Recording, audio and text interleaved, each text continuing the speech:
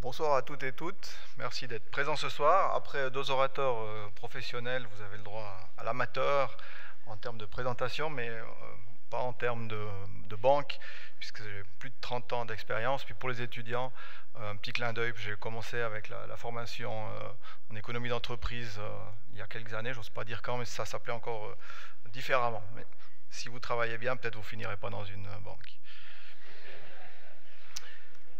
Voilà, alors la BCV, par rapport au thème de la journée, par où commencer, dans le cas de financement de PME ou de start-up, tout d'abord commencer par lire la loi sur la Banque cantonale du Valais, pas spécialement intéressante, les lois c'est un peu rébarbatif, et je ne veux pas vous la lire en détail, sinon je vais me retrouver seul à l'apéritif, mais attirer votre attention à l'article 2 qui parle du but. Donc la banque doit être une banque universelle, c'est-à-dire qu'elle répond à tous les services, ça c'est un peu banal. Mais l'alinéa 2 est assez intéressant, surtout la première phrase, donc elle contribue au développement harmonieux de l'économie valaisanne. Ça veut dire quoi? Ça veut dire que la banque doit faire des crédits aux entreprises et aux start-up. Mais si vous lisez la deuxième partie de la phrase, elle dit aussi dans les limites des règles prudentielles de la branche. Ça veut dire quoi dans la pratique? Ça veut dire que la banque peut aussi dire non. Donc ce n'est pas non plus un capital risque au niveau de la BCV. Deux mots sur cette banque, des choses que vous savez, c'est une jeune centenaire qui a 102 ans, c'est une SA, vous pouvez être toutes et toutes actionnaires, et c'est la seule entreprise valaisanne qui est cotée à la bourse suisse. C'est la banque privilégiée des entreprises, pour plusieurs raisons. Tout d'abord par son ancrage en Valais.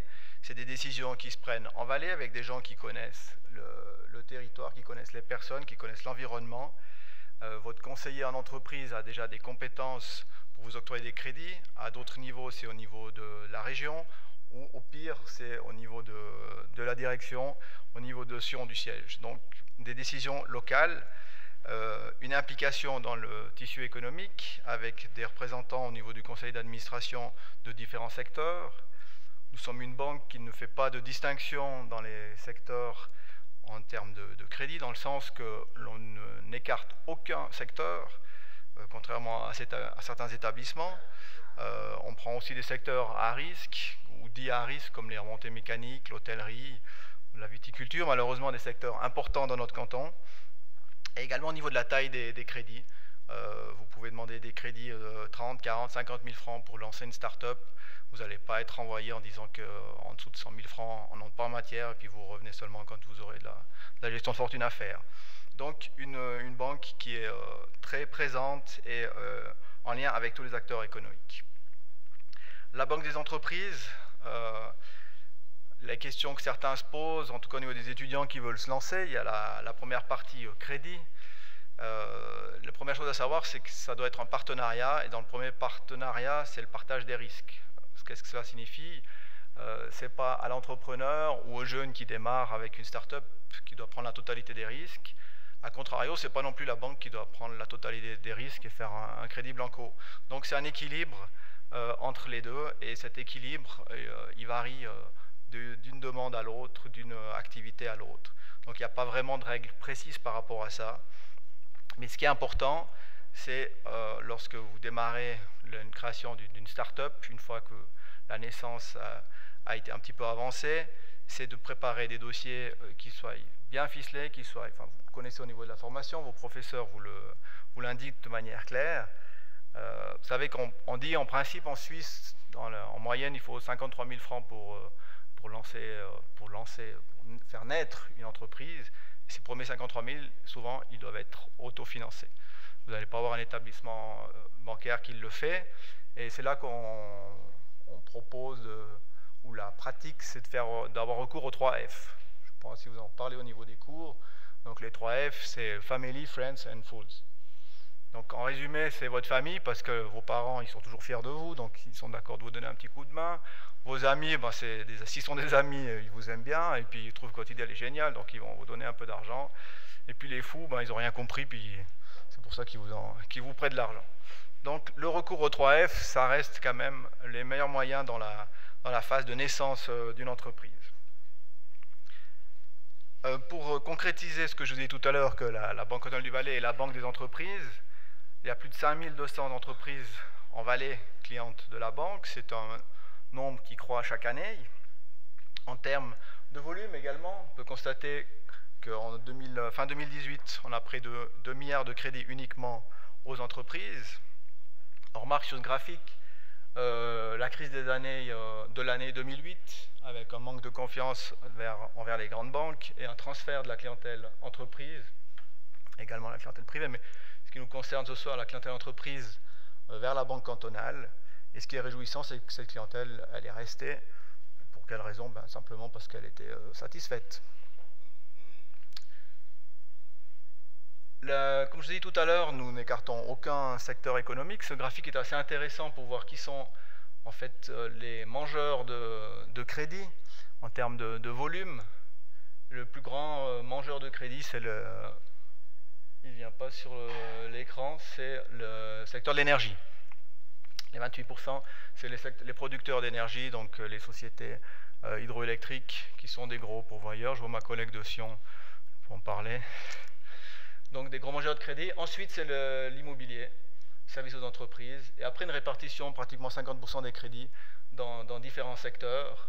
Et comme je vous dis, des secteurs aussi pas évidents comme l'hôtellerie, les remontées mécaniques avec les problèmes saisonniers, où on a des chiffres d'affaires qui sont faits en quelques mois, alors que des charges qui sont là toute l'année. Deux mots sur le bilan de la banque. Donc, je vous ai dit 2 milliards de crédits aux entreprises. On a dépassé la barre des 15 milliards de total de bilan en 2017. Ça a une incidence parce qu'au niveau de la FINMA, il y a des catégories de banques en fonction du risque. Catégorie 1, c'est les banques avec fort risque. C'est les 2 grandes banques. Donc le risque n'est pas lié au risque de la banque, mais c'est le risque si une des banques fait faillite, le risque est très important. Catégorie 2, il y a 3 banques, les banques Raiffeisen, où il y a un risque systémique, la PostFinance et la Banque cantonale de Zurich. Et la plupart des autres banques cantonales font partie de la catégorie 3. Donc la BCV encore quelques années, puisque la limite elle est entre 15 et 100 milliards de bilan. Deux mots sur les produits phares de toute entreprise, PME ou start-up. Le crédit d'exploitation, donc le crédit qui permet de faire le joint entre vos paiements de fournisseurs et puis le délai de paiement de votre clientèle. Donc avec notre produit phare, le crédit exploitation plus, avec des taux d'intérêt basés sur le Libor extrêmement avantageux, toujours liés aux garanties qui sont proposées. Donc c'est une limite de crédit permanente pour une entreprise qui démarre. Et c'est un crédit qui ne s'amortit pas, qui augmente aussi en fonction de la durée de vie de l'entreprise, en fonction des besoins, et puis de la croissance du chiffre d'affaires. Parallèlement, il y a le crédit d'investissement qui permet de financer vos investissements. Ça peut être des investissements légers, comme un bureau installé, du matériel informatique, et ou du plus lourd si c'est de l'industriel, ou des machines, des équipements. Donc là, c'est un crédit qui s'amortit en principe sur une dizaine d'années, mais aussi en fonction du financement et des garanties, c'est des conditions qui sont variables. Pour les startups et pour les jeunes actifs, une chose qui est très intéressante, c'est le BCV Déclic. C'est une fondation de cautionnement de la Banque cantonale. Donc la cible, c'est les jeunes qui ont des idées, donc vous, et tous les secteurs. Il n'y a pas non plus de catégorisation de secteurs. Les seules contraintes, donc, c'est l'âge et de l'activité sur le canton. Donc là, je vous invite à visiter notre site et de voir toutes les modalités par rapport à ça. Donc ça, c'est clairement une réponse au thème de la soirée. Le CCF, on l'a vu tout à l'heure dans les sponsors ou très actifs dans ce domaine. Donc, le centre de cautionnement et de financement, ou le centre de compétences financières, son ancien nom, c'est un organisme qui donne un coup de main soit aux startups, soit aux entreprises existantes déjà, qui sont en phase de développement. Donc ils ont aussi des critères particuliers et une collaboration très active avec la Banque cantonale, qui est coactionnaire et dont notre membre de direction, M. Schneider, est membre du conseil d'administration. Un dernier mot, vous avez vu tout à l'heure M. Perruchou, il était plus au courant que moi, parce que moi je ne connais pas encore les finalistes, donc un des 3 finalistes. Donc ça c'est aussi des suggestions pour vous. Donc pour cette année c'est un petit peu tard, si ce n'est agendé la date du 6 juin pour la soirée de gala. Mais chaque année jusqu'au 30 mars vous pouvez déposer des candidatures. Les critères sont relativement simples, aussi assez larges. Et c'est une réponse aux attentes par rapport à la créativité et aux innovations. Voilà, finalement, la Banque cantonale coopère dans les différents secteurs avec différents acteurs. C'est son rôle aussi d'être intermédiaire à ce niveau-là et de répondre à toutes les questions nécessaires.